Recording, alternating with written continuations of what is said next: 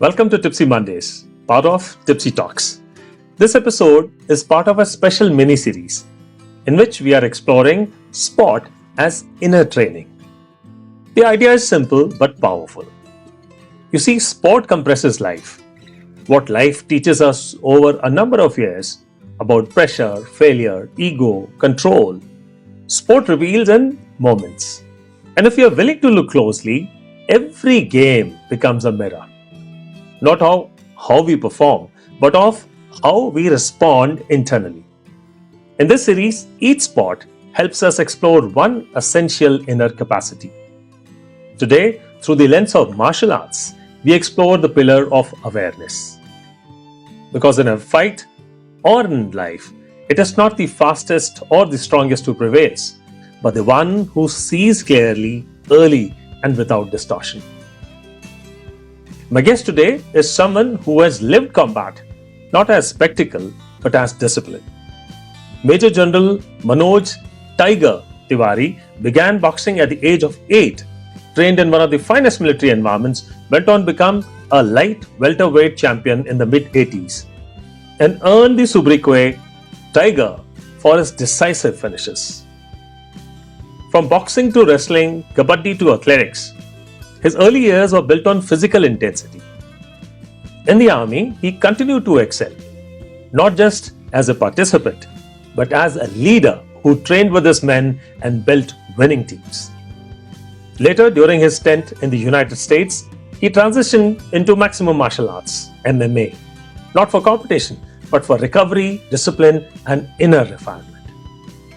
His life has been shaped not just by physical intensity, but by control, restraint, and awareness under pressure. What stands out in his journey is not aggression, but the absence of it. Not bravado, but a deep understanding of one's limits, breadth, and inner balance.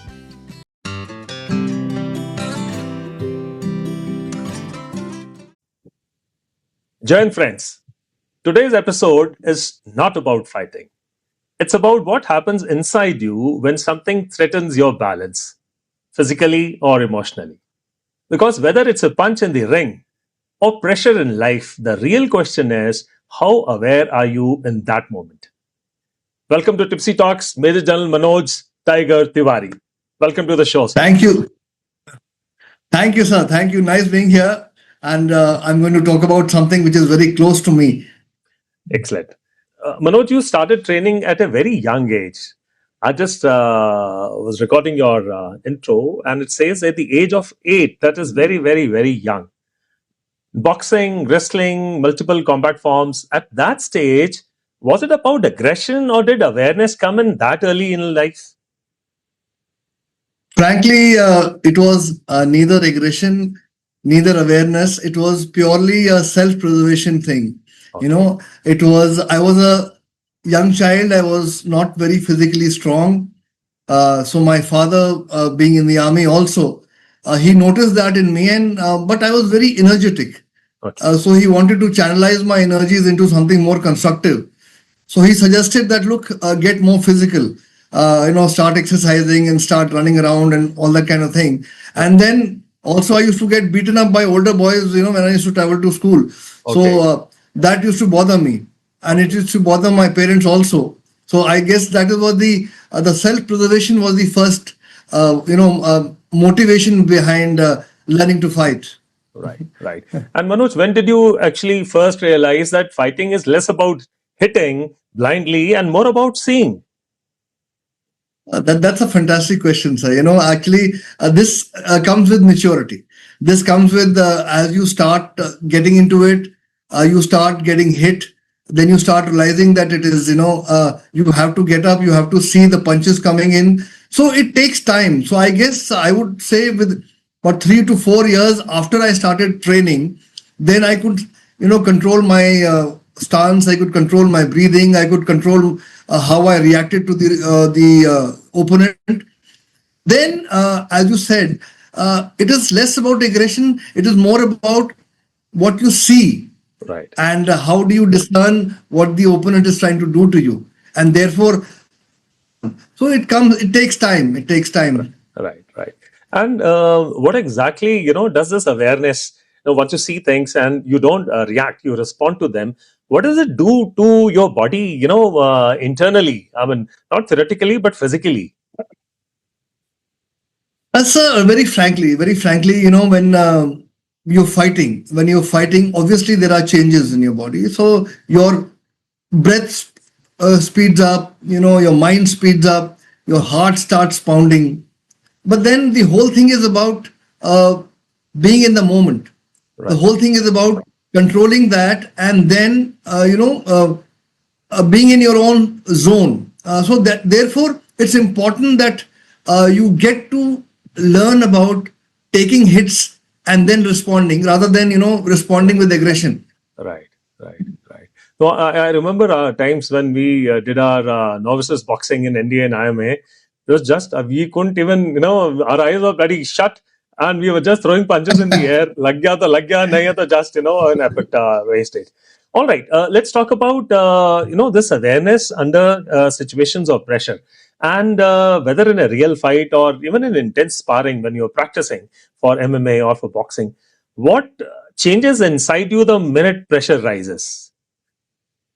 Like I said, it's all about breathing. It's all about controlling your breath.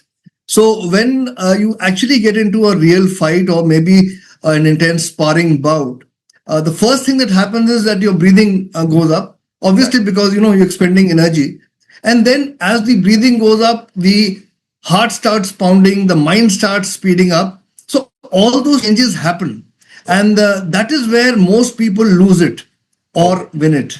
All right. Okay. So, have you experienced? We'll talk about losing it momentarily. Have you experienced moments when awareness dropped while you were in a very, very you can say a prestigious bout or a contentious bout?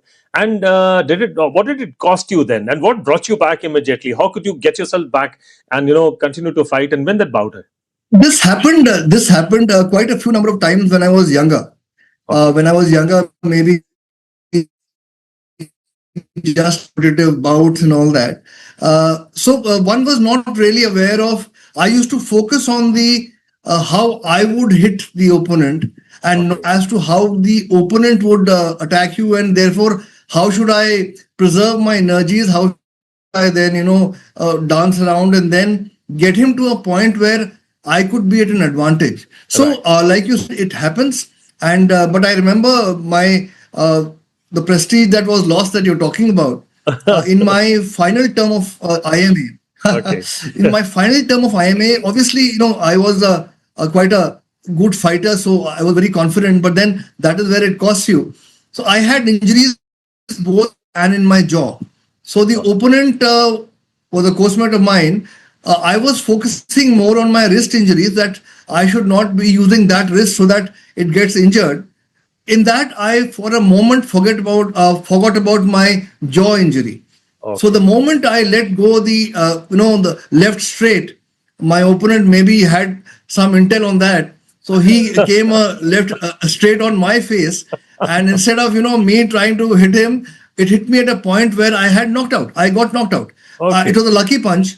And Okay. then when I got up after the count of nine, I realized that no, this is where I lost my Okay. concentration. So Right. thereafter, then I protected my weakness and I then fought the bout otherwise. So Okay. that is where things happen. Yes, it does happen very often. All right. Okay, let's talk a little bit more about breath, stillness, and control. You mentioned breathing techniques and pain management. How central is breath to this awareness? Right. Breath is the central point to it. The moment you control your breath, everything slows down. And when everything slows down, you see everything a little more clearly. Okay. And when you see things clearly, then you know exactly where are the openings and where you need to strike, where you need to get points, where you need to see the opponent's weaknesses. So the whole thing is about controlling your breathing, and that is absolutely a must, where most athletes, and especially in combat sports, All right. that is where it makes a difference, how calm you are and how composed you are and how still you are in that moment when everything else around you is going hell for leather. So that is what makes a difference. Right. I'll pick up that word still, which you just mentioned in your reply. From the outside, boxing, or I mean, more so, MMA seems to be a very, very aggressive sport.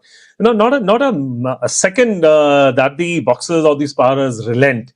But internally, as you're saying, it's a game of stillness. So, how do you maintain that stillness inside? Well, this takes a lot of practice, sir. It takes a lot of practice. It takes a lot of long hours of physical ability in terms of your stamina building, in terms of your pain, the tolerance to pain. Because then, as you build up on this, and these are all in the background. It's not about the physicality alone. It is about how you retain your, the calmness. I say it's like a yogi where everything around you is rushing here and there. You need to just focus on your response.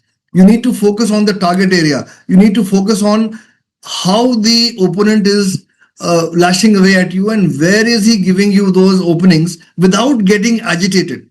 Because the moment you get agitated, while it looks like a slanging match, but in every of those punches that you throw or the kicks that you kick, you exactly know that I am fighting from my position of strength. Because obviously all of us have our own weaknesses and strengths. So Right. you attack the opponent's weaknesses and you protect your vulnerabilities. Right. That is, it's like exactly like what you do in the armed forces, that you attack the opponent's vulnerabilities. Absolutely, absolutely. And Jal Tiwari, it is so it is so relevant to one's life also. If in a situation of chaos and panic, if one just calms down Exactly. and starts analyzing the situation around him, he would be able to he'll be in a much better position to take a decision and then move on for his own betterment and for everybody's good who's around him. Okay, let's move on from Exactly. here to another aspect, which is linked to the ego. You are very fond of mentioning that no bravado, just mind and body control, right? So, how Yes, does yes. martial training remove this ego over time from within you? Like I mentioned, Tipsy sir, that as you grow from a young fighter to maybe a matured fighter, and as you start winning bouts, and as you start, getting a little dominant kind of a image, it's very easy to get into that kind of an ego where you start thinking that you're invincible. Right. And then there are people to pump you up, oh, damn good, this very good. So you start imagining that no, I have learned everything that was to be learned, and therefore nobody can be better. And that is where things go wrong, because there is nobody who's the best. Everybody is doing the same training, everybody is working as hard. It's just a matter of how calm you are, how relaxed you are, and it's more of a mental strength than the physicality of it. So for me, how it works is that it comes out of sheer maturity. There is Right. nothing else that can render it. It is sheer maturity. The moment you realize that you're not invincible, and every bout you are learning, you are responding, and it only helps in you getting better.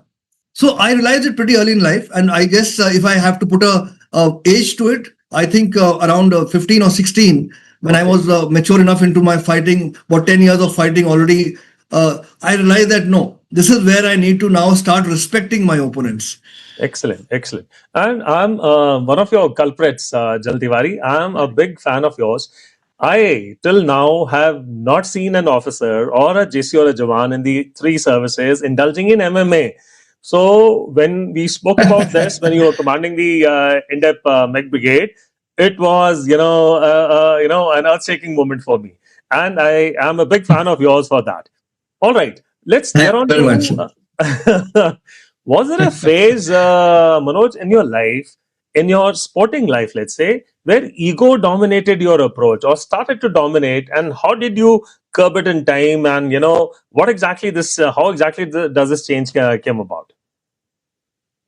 Like I said, sir, it's a very natural thing that ego comes in the moment you start doing well in life, Right. in terms of winning things. And if you are physically good, if you are mentally good, ego does creep in. So no denying the fact there is no ego. Little bit of ego is fine, but the moment, like I said, you let it dominate your thoughts, you stop learning. You stop learning from the others. You stop learning from your opponents. You stop learning from your rivals, and then you start imagining that nothing else can be better than me. So that is where I think I controlled my coaches and my friends and my father. In fact, he was the one who used to keep me grounded more often than not. And every time that I came back from a fight or from some bout, he was never gaga about it. He was just said, "Okay, I saw this, but you missed out there. You missed out this. You could have done that better." So the moment that deflating happens, then you realize that no, I need to learn better. So everything is a learning experience. Uh, okay, let's see how combat has actually impacted your life. How has actually this awareness, so much awareness that you have developed from the age of 8 till now, shown up in your life beyond sport? Uh, it's a huge effect on me. I would start out by saying that primarily sport at this level requires a lot of discipline. It requires a lot of commitment. It requires a lot of hard work, and it requires a lot of focus. And obviously, when you have all this going for you, you keep away from things that are not essential. I call them non-essentials. Things like clubbing, things like getting out, going for a drink, a lot what all young people do. So I denied myself all that because of the discipline and the focus and the commitment that I had, thanks to sport. But when obviously sport is a very short lifespan it has. So when you grow older, those values stay with you. And whether it is life, whether it is work, whether it is dealing with people, you learn to respect people because you have always respected your opponents.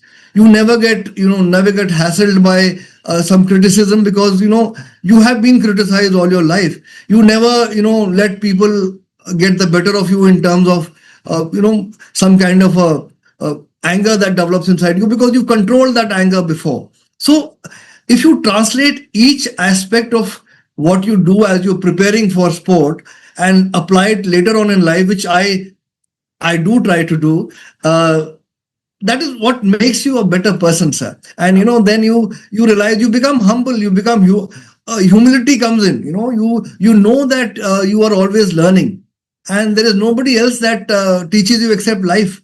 So as long as you let life teach you, I think that is the greatest submission to life. That is. Absolutely, sir. Now, for someone, sir, like me, who's never stepped into a ring, what is the one thing they can learn from martial arts about awareness?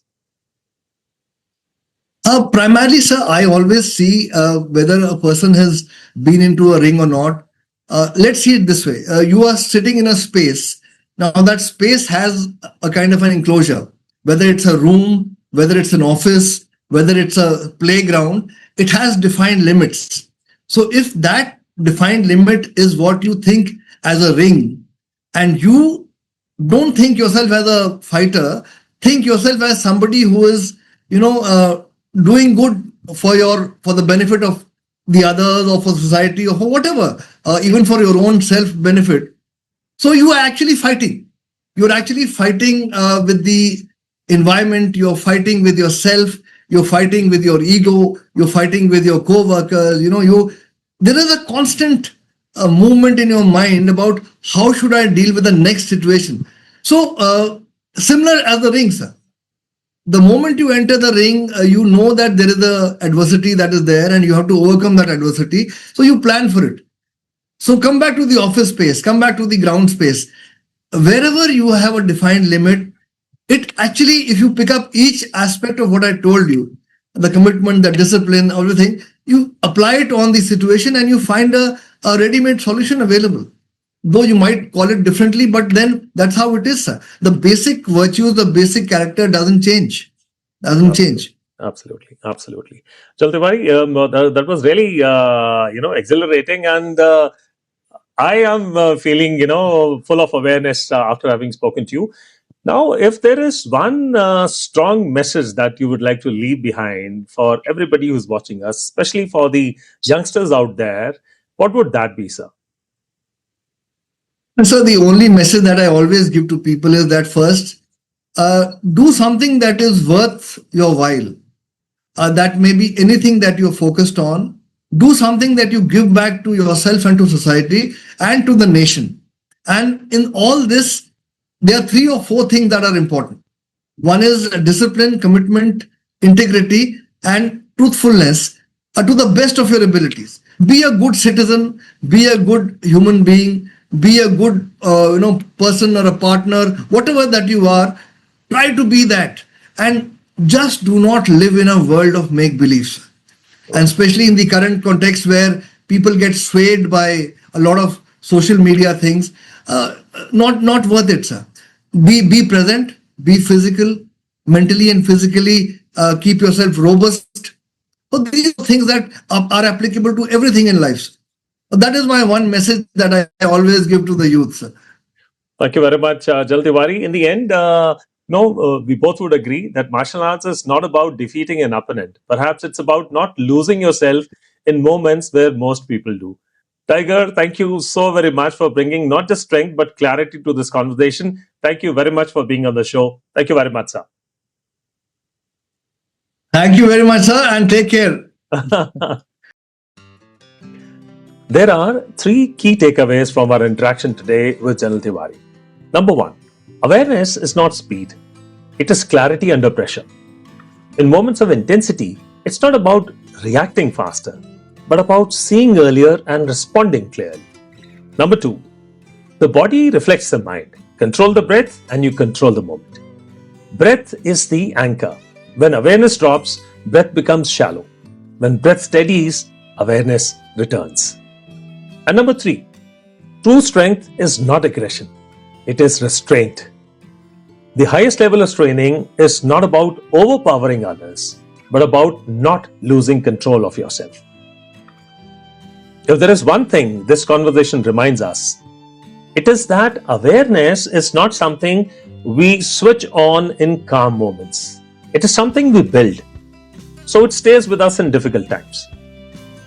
Martial arts may look like combat from the outside, but on the inside, it's a practice of stillness, breath, and control. And perhaps that's the real takeaway. Life does not demand that we fight harder. It demands that we see more clearly. This was Tipsy Mondays, part of Tipsy Talks. And this episode in our series Sport as Inner Training explored how martial arts sharpen the one skill we often overlook. And that is awareness.